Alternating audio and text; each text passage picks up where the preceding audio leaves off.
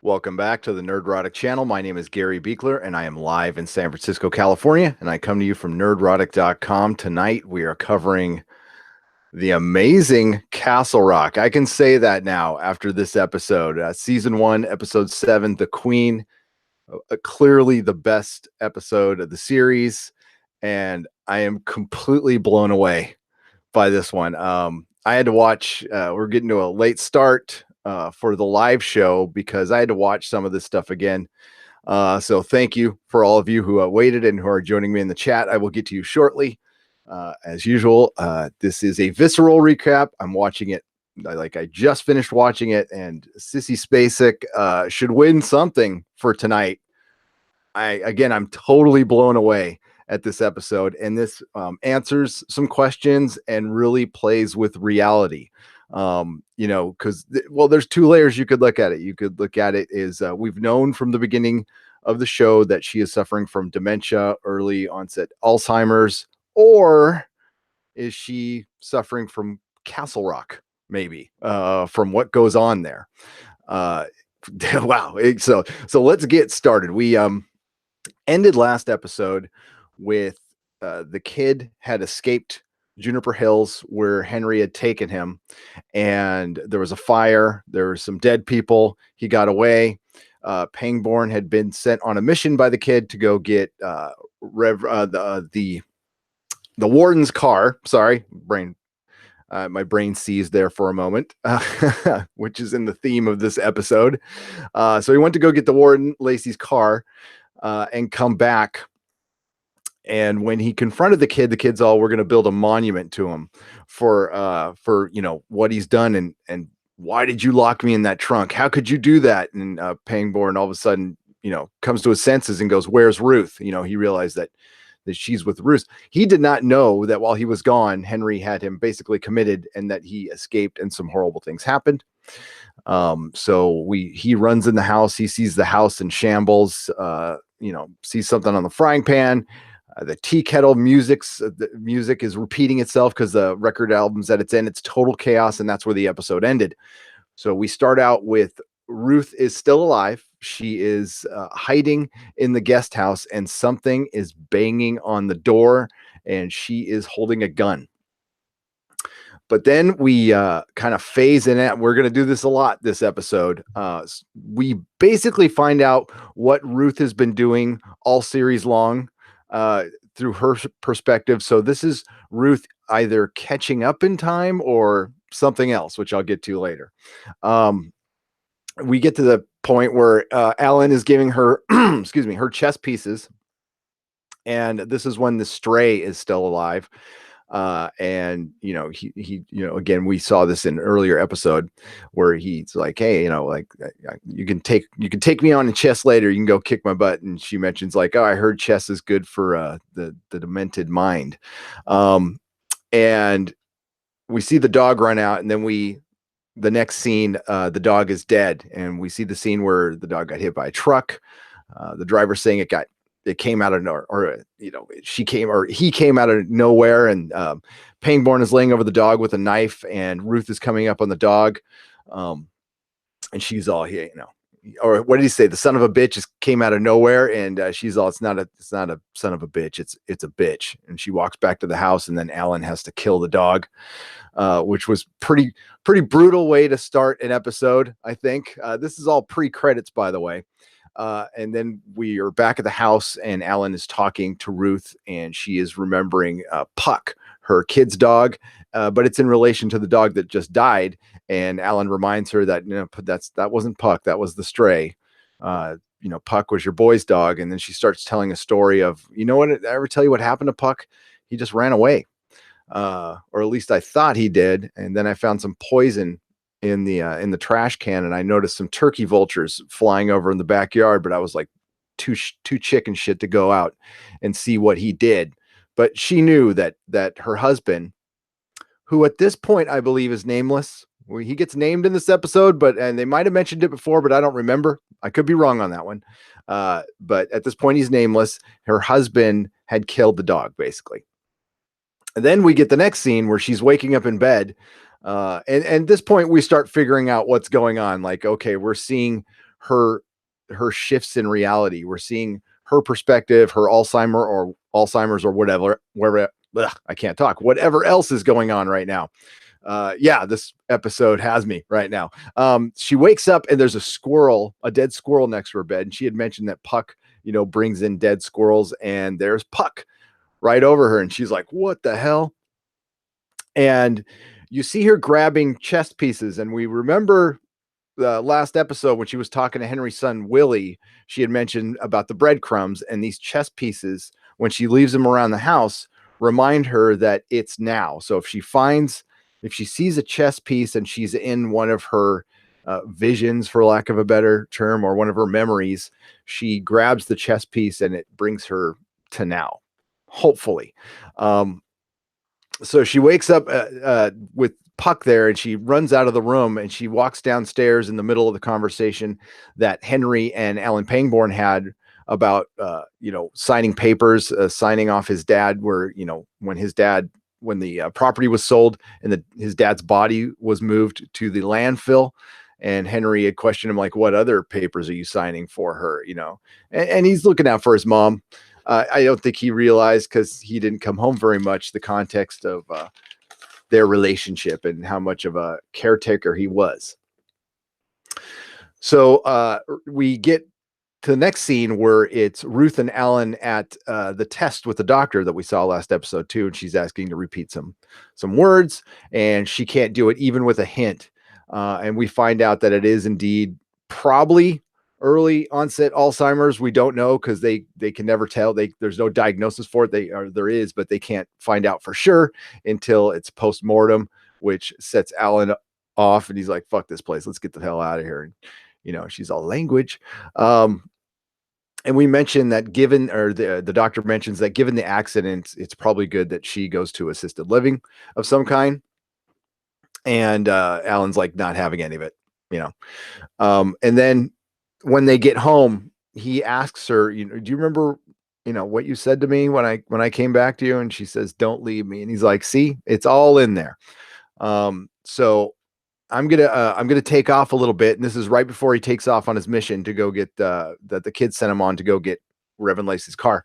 And he says, after we're done here, everything's gonna be fixed up, and I'm not going anywhere. Famous last words. And she's holding one of the chess pieces, and it's the knight. Then we see young Ruth, and she sees herself asleep. And we're seeing her look in on her own memories. And it's pretty strange, because she's looking at herself. She can see herself. And that's where it starts getting a little weird. And this was, oh man, this episode was properly creepy and tragic as hell. It's really sad. It's a really sad episode there. So it's like the anchor, like the spinning top in Inception, Jody asks. Yes, it's a lot like that. Oh my God. Yeah, I forgot to put up the spoiler warning. I'll put that in the description. I'm so frazzled from the episode, I forgot to put up our spoiler warning. So if you're new, I've already blown it, and I'm an a-hole, so sorry. But usually I have this ready to go, and I blew right past it. That's the problem with live stuff, but oh well. So we see her placing the chess pieces around the house. And we see a scene where we see a lot of scenes from previous episodes. We see the scene where Henry was sitting down with her, and he mentioned that, God, I'm older than Dad ever was now, which is probably a weird feeling. And after they were discussing, burying him and stuff, or reburying him. And then we see another scene where she's looking in on herself with Alan. It doesn't look too far in the past. They're still older. And he's showing her magic tricks. And again, she looks at herself and kind of winks, not a wink, but they acknowledge each other in the room, which I think is pretty strange for a memory. But we could still be in a memory at this point.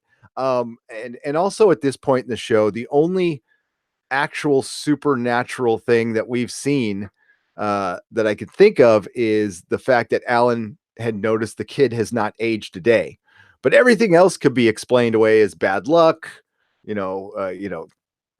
murderous families, some fires going off. But there's nothing. Well, there's also that weird sound. I'll give you that. But there's right now, as the show stands, we have a weird noise, some really bad luck, and some really weird people. But this is where the show definitely takes a very weird turn, and it was a good weird turn. So after the little magic scene, these are nice little scenes. We're seeing the relationship between Ruth and Alan, and it was like genuine. He really loved her. We saw her, talking to her kids, even talking to Willie at one point.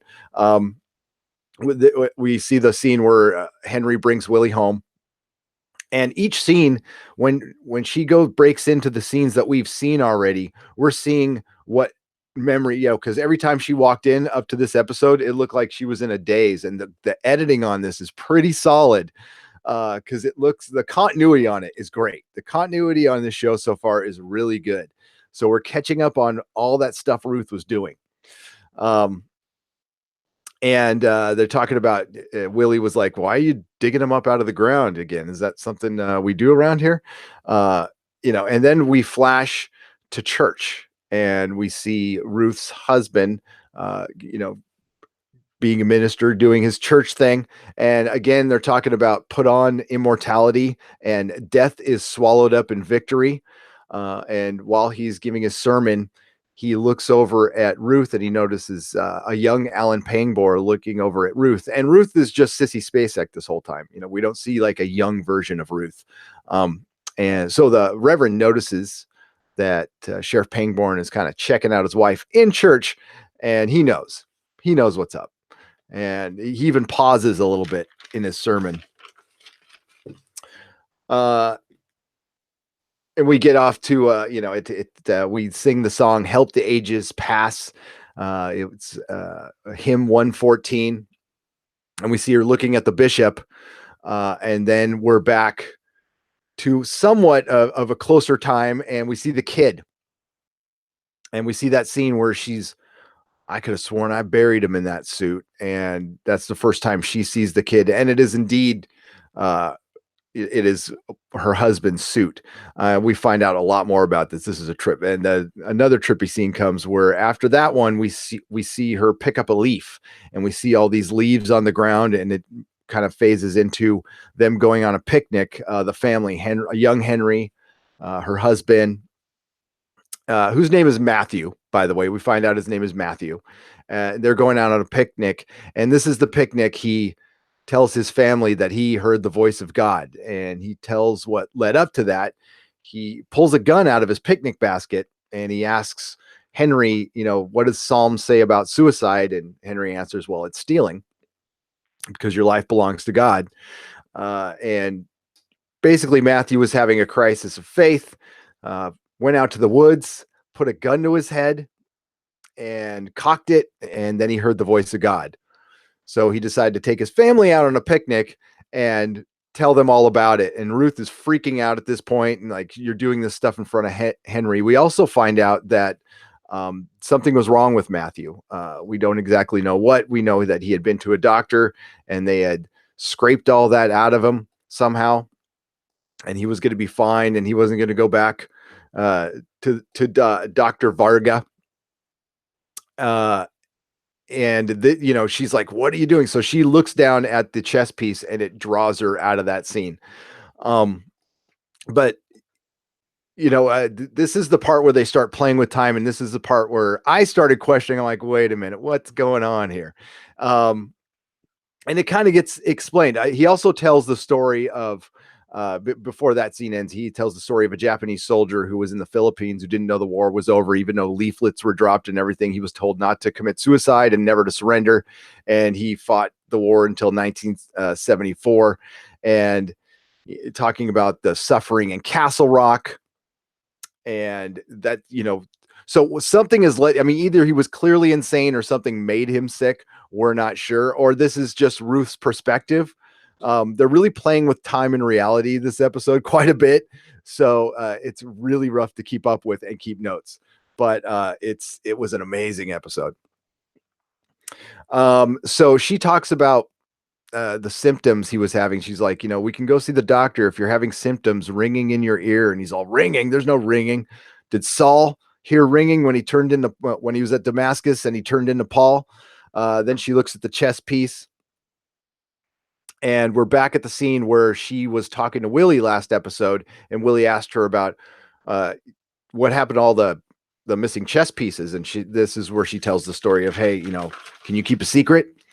So, I have a little problem keeping time. So what I do is I use these chess pieces for breadcrumbs, and it lets me know that this is now. It helps me out of the woods. And he's all, oh, that's cool. You're a time walker. And he starts talking about his little phone video game. And he starts walking down the hall, and he's showing her the game, and he's telling her about the characters in the game, and that she's like one of the most powerful ones. She can walk through time. She's the only one that can kill the dead, because the dead won't stay dead. And sometimes the dead use other people's skin to trick you, because they're angry because they're dead. And this really sinks into her head that she's got to stay sharp. Um, with especially with all with what's going on in her life. So she starts tossing all the pills away. So that scene where we saw her dropping the pills and the kid walked in, that was actually her throwing her pills away. So we see the rest of that scene. She looks up, she doesn't see the kid, she sees Matthew. She sees her husband, and he's hanging up his coat, and he tells her to go to bed. And things start getting really weird at this point. So we know that it's really the kid, but she's seeing her husband. Now, is it her husband, or is it something to do with the kid, or is part of her husband in the kid, or who knows?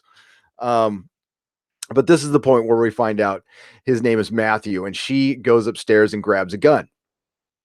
Now, Ruth asks, she sees young Henry. Oh, yeah, Ruth and young Henry. I'm sorry, I'm reading my notes here. Apologize. Ruth and young Henry she's taking a bath, and he's watching her. He's kind of old for this. I kind of agree with the dad on this one. So young Henry at about 14 years old, they're playing some game, and Matthew walks in and said, "Did you say your prayers tonight?" And Henry's all, "Yeah." And he's all, "Did you really say your prayers?" He's all, "No." So he sends him away, and then he mentions to her, it's like, "Listen, isn't it kind of old? Isn't he kind of old for this?" And she's like, "I'm his mother." And then he says something kind of fucked up. He says, "Well, he ain't blood." Um, and she asks about like where the gun is, and he tells her, the gun's in the top of the dresser, but you'll never find the bullets. I put them in the safe place. Previously, right before that, another thing I got to mention is when Willie was explaining her about the video game, he said something about fixing the timeline. If you defeat your nemesis, you fix the timeline, and that sticks in her head a little bit. So that scene where she's seeing her husband with young Henry and asking him a question of where the gun is, remember that, because that comes up a little bit later. Then we hear the doorbell, and that's how the scenes go. The scenes, but it's pretty seamless in the editing. But that's how the scenes go. All of a sudden, it's nighttime. We hear the doorbell, and Molly is at the door, and she's asking where's Henry. And Ruth, when she opens the door, she's all, "When am I?" And Molly's like, "Are you okay? I think Henry's in trouble. Have you seen him?" And that's when Ruth says, "It's already happened. It's too late. Something's already happened." And Molly, of course, takes off. Well, right before she takes off, Ruth says, I saw you in our bedroom that night. I saw you as young Molly." And Molly realizes what she actually saw, and she's like, "I'm so sorry." And she's all, "No, you did right. You did the right thing, but it didn't take, but I'm going to fix it." And she takes off again. And Molly's just there looking dumbfounded. And we see her walk back in the house, and she sees a picture of Matthew, herself, and young Henry. And it looks like somebody punched it or something. And it's the picture that the kid had found in the guest house, and he hung it back up. And she asked him, like, "Did you hang up that picture?" And he said, "Yeah, I did. That's where it belongs, right?" And Blue Moon is playing. He puts on a record of Blue Moon, and she's like, "I know that song." He's all, "Yeah, your husband played it at your wedding." And then the kid and Ruth dance, and oh man, it got really creepy at this point. But I'm still getting a vibe that the kid. Okay, so a lot of people die around him, and a lot of things bad happen around him, but I don't know how bad he is, because on the surface, it just looks like he's trying to take care of her. He doesn't, he says something ominous. He's like, I don't think you should go out of my sight. But then you hear like in your condition, and they're like, okay, that kind of makes sense. And he's offering to make, she says she's hungry, so he goes off and makes her some food. And that way she can run back up and send Willie off, because Willie is still in the house. So she gives Willie a bunch of money. She's all, when's the last time I bought you a present? And it's like nighttime. She's like, why don't you go down to town and get yourself whatever you want? Go now. Leave now. And he's like, I don't know if I should leave you with that dude here. And she's like, come on, I can handle this. So she sends Willie away, and the kid starts making her something to eat. And then he mentions about her he found her sedatives in the garbage, and he's like, you really should help yourself with this. God helps those who help themselves, while he's serving her something to eat, and passes her over the sedative, and she puts it in her mouth and swallows it. Or do we? I don't know. Maybe not. We get a flashback again to Ruth with young Henry, talking about, dad's sick. Henry is playing hooky from school, and she's mentioning, she's like, your dad's sick. We need to do something. And she's all, listen, I know you're not really sick right now, and I know you're stressed out from your dad. I'm paraphrasing here. And then the father comes in and, sends him out. So at this point, oh yeah, and this is the scene where they come in, and there's a scene later where they come in, and Henry had been out in the rain without his shoes on. She had asked him about that earlier. So the father is taking him out in the middle of the night to hear the sound. And before their last trip to do that, Ruth had actually told him, just tell him you hear the sound, to get him to stop doing this. So he finally comes back that night, and Ruth is chewing him out, going, listen, he's sick. What are you doing taking him out? And he's all, I heard the sound. And then she says, I told him to lie to you about that, and he asks, did you lie about your mom? Did you lie? And he's all, nope, I heard it. And Ruth says something that's really sad. She's like, I'm supposed to protect you. You're not supposed to protect me. And then at that point, they start arguing, right? And that's oh wait, oh god damn it, sorry, my notes are so jacked tonight.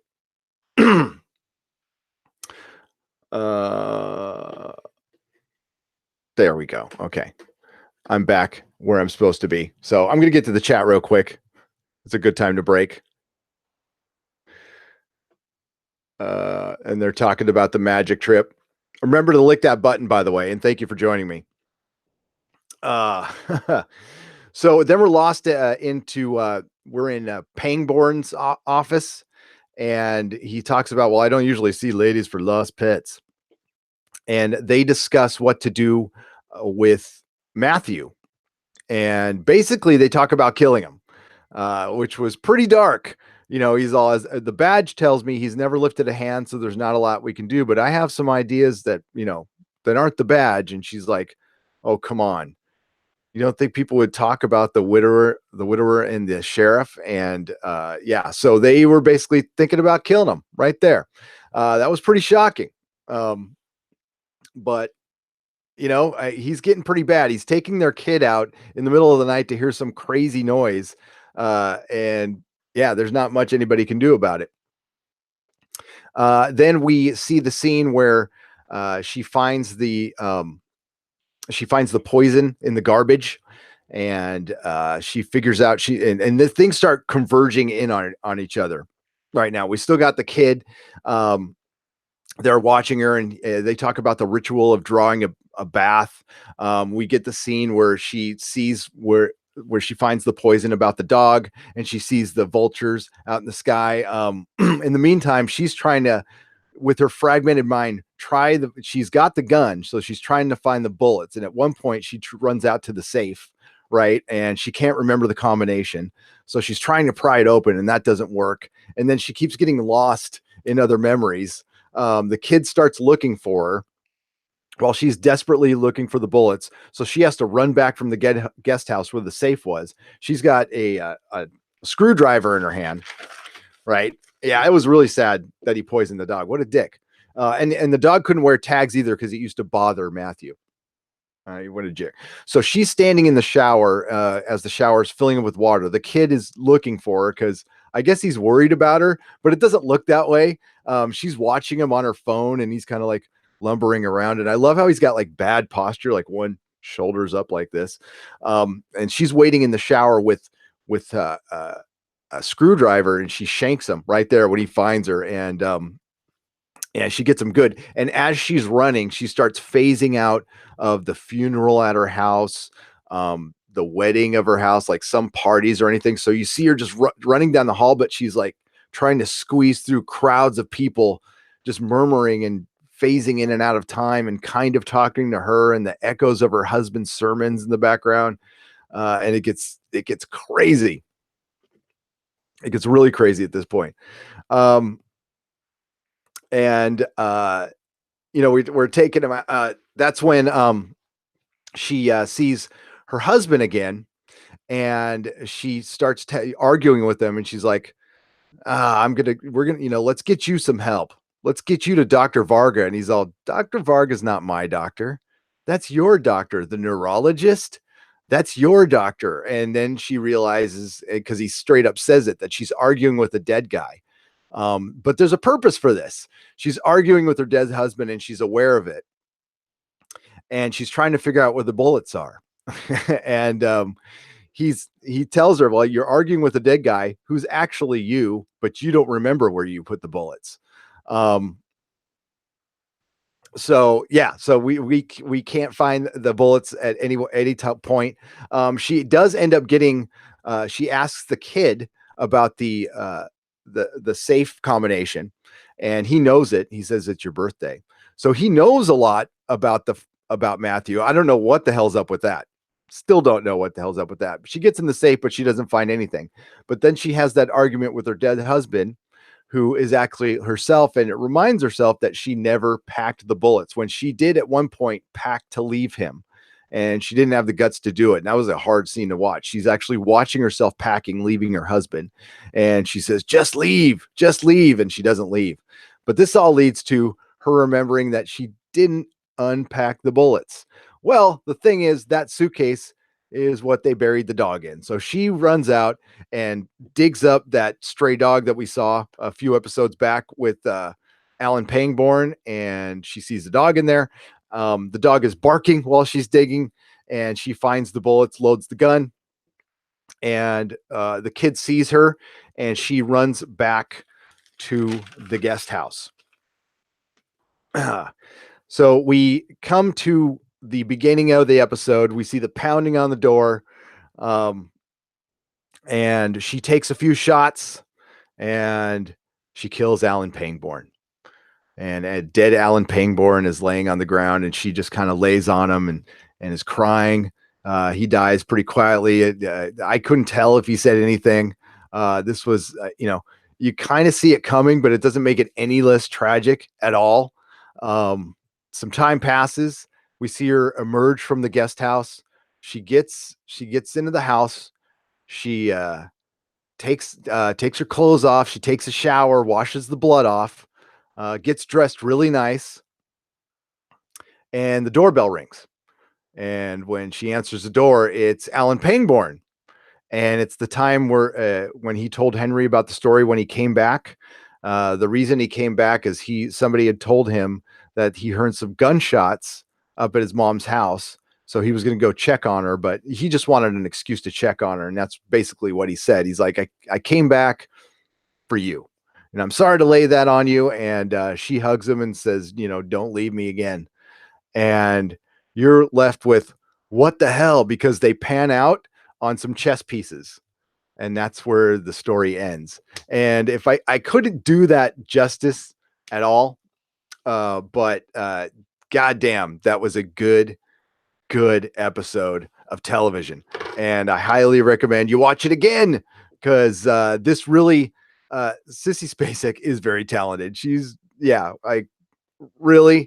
should have been in way more stuff. She owned this episode. This was amazing.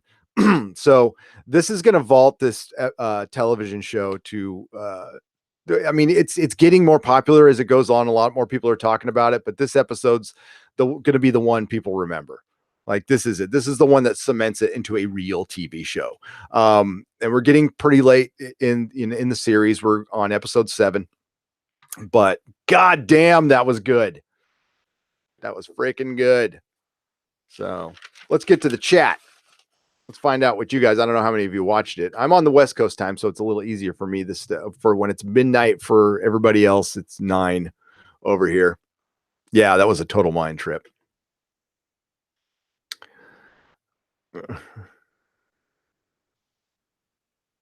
Okay, so I hope everything was chill in the chat.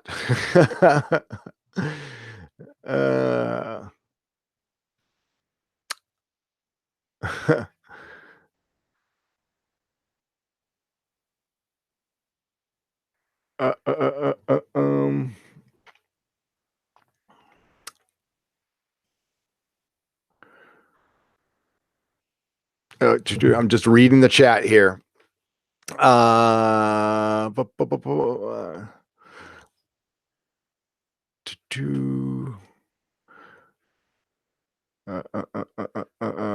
it went too far. We're talking. We talks about some chat. Oh boy, there we go. Nothing wrong with trend approaching. Okay, so there we go. My grandma had Alzheimer's, and when she died, it was basically her body shutting down. The worst part of it was slowly chipping away the things. Yeah, my grandpa, she lost her memories. My grandpa lost his memories. Yeah, it was pretty freaking horrible. It's Alzheimer's is terrible to deal with. Absolutely terrible to deal with.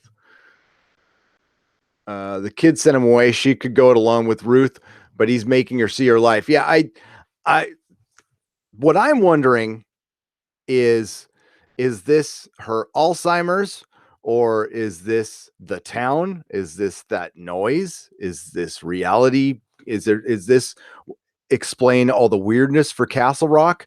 That'd be pretty interesting. I'm leaning towards she has maybe not a power, but the town affects her. Something there affects her.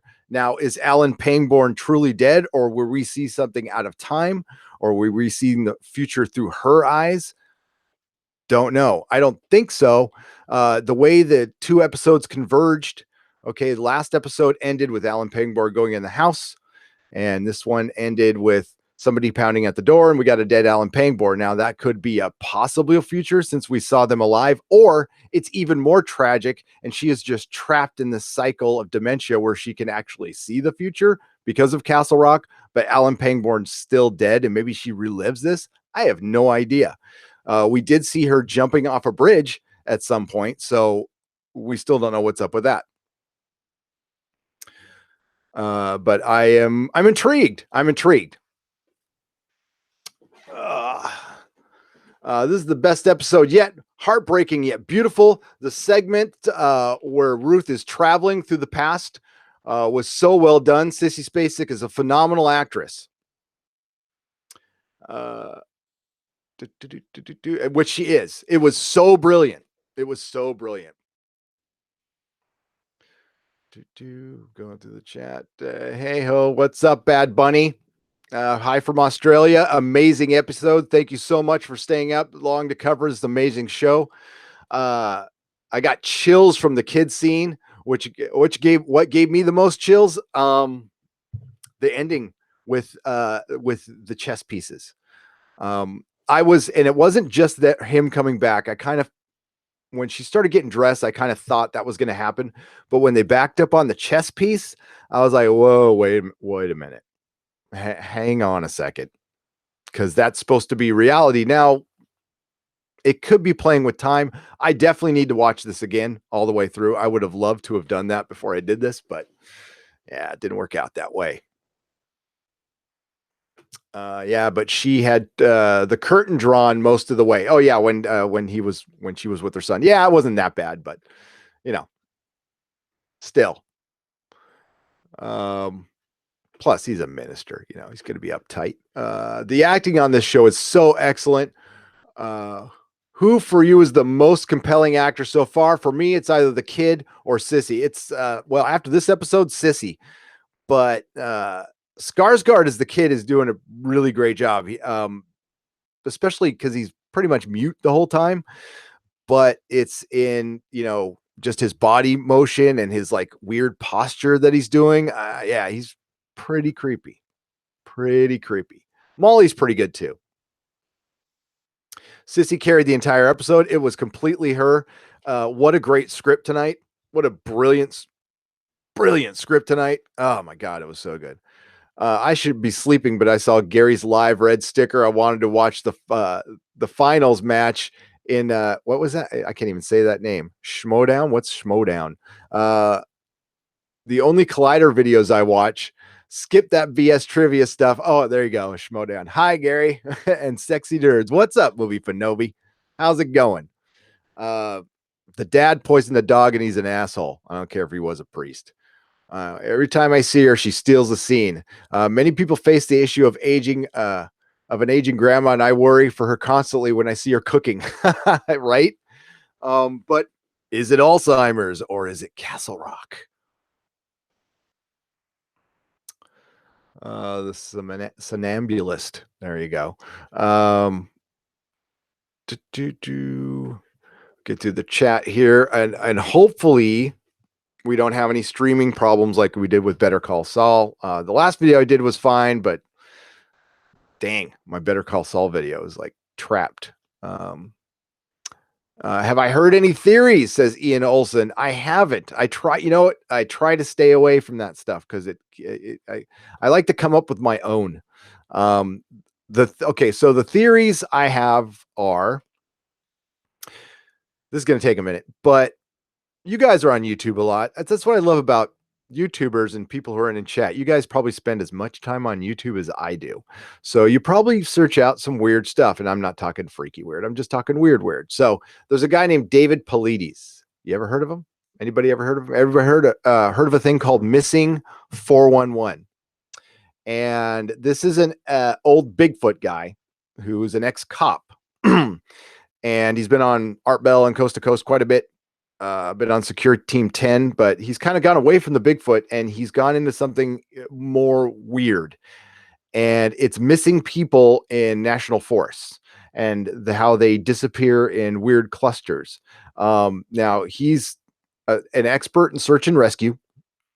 So what he does is he takes out the obvious ones, like that was an animal attack and that person just got lost, or that one person committed suicide, and he just finds the really weird missing cases. And the scariest thing, and this is real, is an alarming amount of people go missing in our national forest. Now, of course, you go, duh, it's a national forest. People get lost. Yes, of course.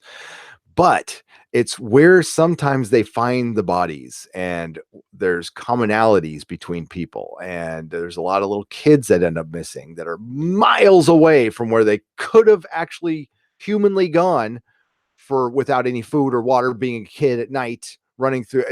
So definitely check out some of the Missing 411 videos. They're properly creepy. If you like to use your imagination and stuff. And he never gives a theory. He never goes, well, it's aliens or it's Bigfoot or anything. He leaves it open. He's just telling, all I know is I'm presenting the facts. Like, this is this weird case of this dude who was perfectly healthy, completely disappeared, and then his body was found and he was missing his shoes. They're always missing their shoes. So that's what made me think of it when Henry was out with his father. He didn't have his shoes on and he was out in the rain. And that's what clicked the Missing 411 thing in my head. So definitely check it out. So I think they're borrowing a little from that. Okay. And the large theory on that is that there's some entity taking these people. I don't know about that, but that sound is something. I think it's something. I think it's what Odin talked about last episode. I think it's time and reality kind of closing in on each other. It would be interesting if they mixed the science fiction with supernatural. I always love that mix.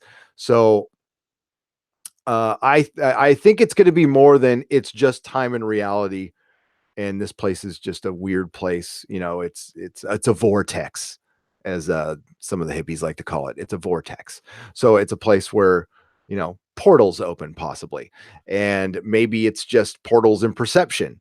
So possibly we're dealing with that, or it's just Alzheimer's. I don't know. And it's just bad luck. And the kid just shows up when people die. And he just knows everything about Henry's dad. And no. So yeah, I don't know if it's going to be some kind of experiment or something supernatural. I could go either way at this point. What do you guys think? What do you guys think? I hope she becomes the time walker who can kill the dead as in Wendell's game. Jay-Z, I do too. And it's kind of looking that way. Now, if Alan Pangborn pops up next episode, we'll know. I'll ask out there, is he dead? Do you think he's dead? Or do you think that's a reality that could possibly change? I don't know.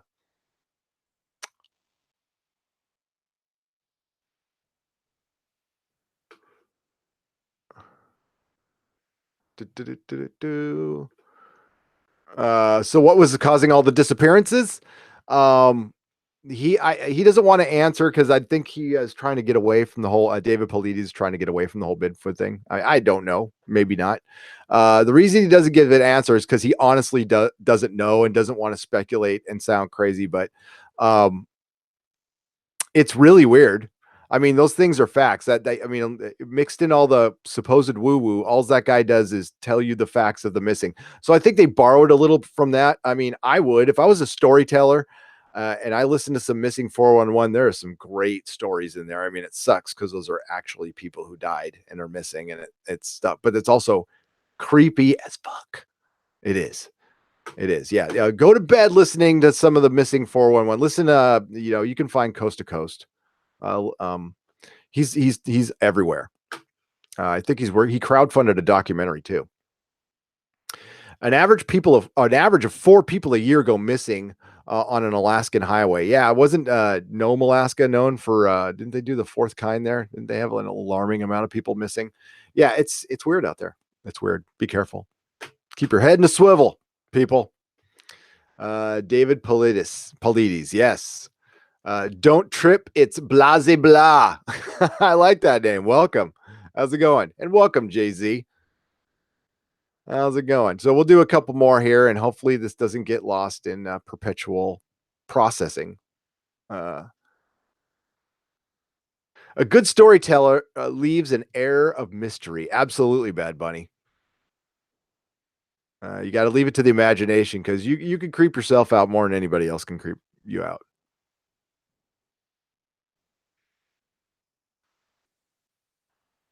Da, da, da, da.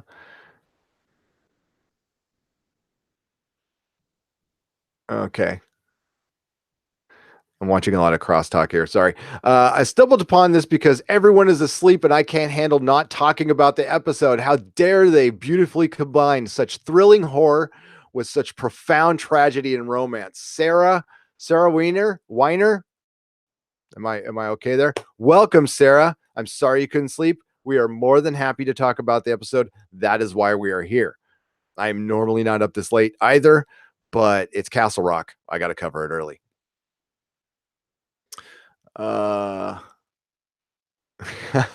Make your YouTube voice not get sucked into the black hole of Gary. Oh, may your YouTube voice not get sucked in the black hole of Gary. Yeah. Wow. Wiener. Thank you, Sarah. Thank you. Awesome.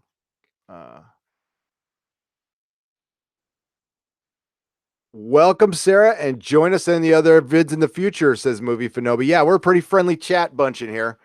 We have a bunch of our regulars. We have a couple new people, which is cool, which is very cool. And it's good to see. If you have any questions, Sarah, ask away. This is the time. We got about 10 minutes left. And if you're a new subscriber, we do all of our videos live, viscerally. That's why sometimes I'll stumble, but that's okay. It's live. I don't mind doing it. Doesn't bother me. God, this is our 506th show. So we've been doing this since 2014 when nobody was listening. Actually, only people were only listening about a year ago. They started listening about a year ago. We had a lot of practice. What was the video that failed? Better Call Saul. My recap for Better Call Saul is You can watch it. You can find it on our channel. It's there, but it's not an official video until it's done processing. So you to find it, you have to come into my channel, and it's not going to get put up on any of the recommendations or anything. So it's pretty much a dead video, which sucks. And I waited too long to repost it, so I'm just going to take the hit, and hopefully people will come back next week. And that's happened before, and I've had to. You guys have probably never experienced that. I've had to redo a recap. Like I'll end the recap, the processing doesn't go through, and I fire it back up and do it again. That's been known to happen. Honestly, I'm just geeking out over how similar this was to the fountain. Oh, yes. That's a very good point. That's a very good point. Uh, oh, can we hope for a comic outpost vid tomorrow? Yes. We'll get a Wednesday night vid on that because I do need to talk about that. That's my old comic shop. There's some news on that front.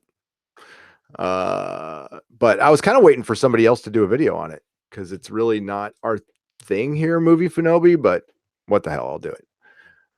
If Matthew Deaver really is really evil, what does that make Odin Branch? An accomplice, fellow fanatic? Jay-Z, fellow fanatic for sure. And oh yeah, I didn't even Henry's still locked in that vault in the motorhome. So he's still in there. We're going to find out what happened. I have a feeling that Odin won't be bad. He'll just be weird. And Matthew was probably crazy or obsessed. What I think is it's Henry. I think Henry Deaver, remember, he can't remember a lot of stuff. So maybe it's Henry causing all the bad stuff and not the kid. He came back, it's probably the kid causing the bad stuff. Okay. I mean, I'm leaning that way, but it's a possibility. It's a possibility. Your streams are hell's fun. Thank for breaking down Castle Rock. Appreciate it. It is great. It is getting some acknowledgement. No one out here in Brisbane seems to have heard of it. A lot of people haven't heard of this show. I don't know how well they marketed it around the world, but it did okay here. But people are starting to talk about it. I've actually heard other YouTubers start talking about the show. This is the kind of it's a Hulu thing. So us TV dorks are going to go, and I say that in the most loving way, are going to come out, are looking for it, seeking it out. Like this is a show. If I wasn't doing a YouTube channel, I'd probably catch like a year later after somebody told me about it. Like we're actively looking for new stuff all the time, more than I ever was before. I've never watched this much TV before. So, but when I saw this, I saw the trailer for this a long time ago. It's like, all right, it's cool. And then we saw the first episode at Con. And honestly, the first episode didn't blow me away. I was like, it's okay. You can go back and, Dennis, I usually have a co-host. Dennis didn't like it so much. He bounced, but I think he's going to regret it. If we can get him to rewatch it, I think he might think differently. I should just have him watch this episode.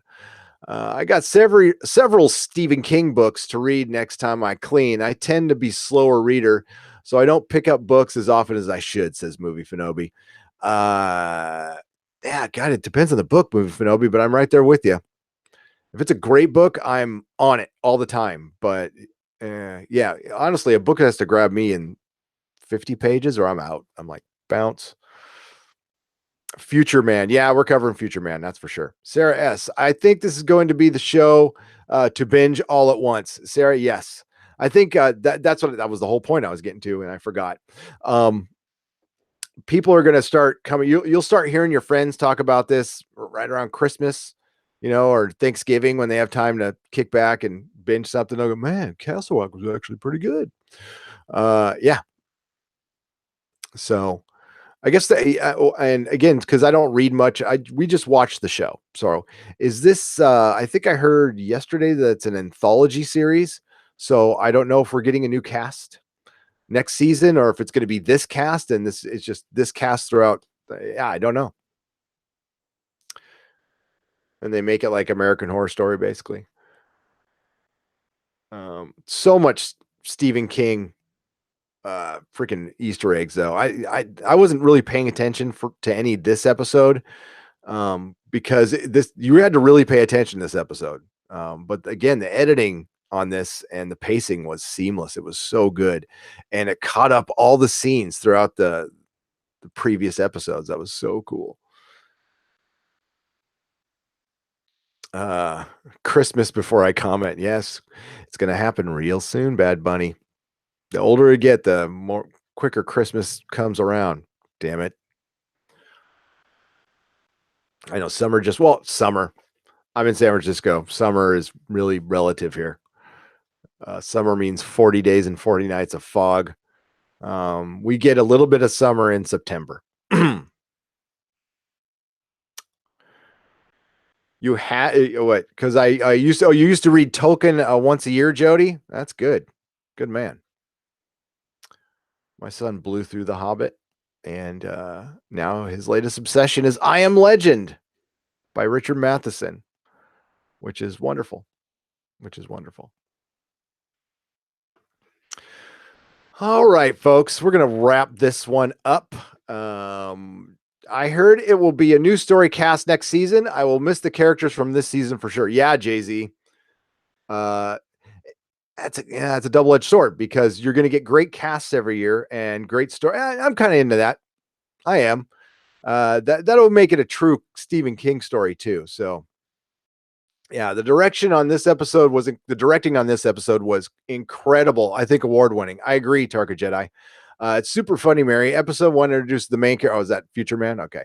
Tarka Jedi, how's the traffic situation in Brisbane? I love my chat.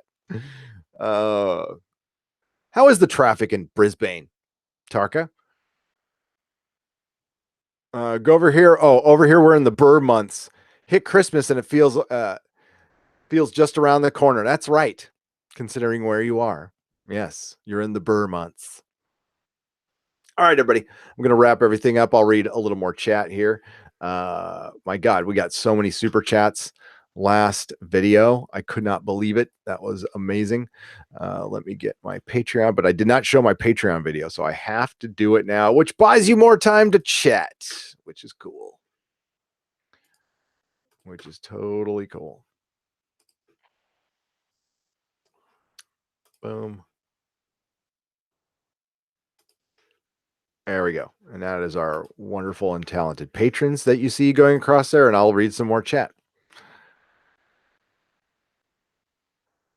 Movie Finobi asks, for Castle Rock, does it get too muddled mixing so many King properties? It could have. Movie Finobi, it was running that way. But then this episode happened.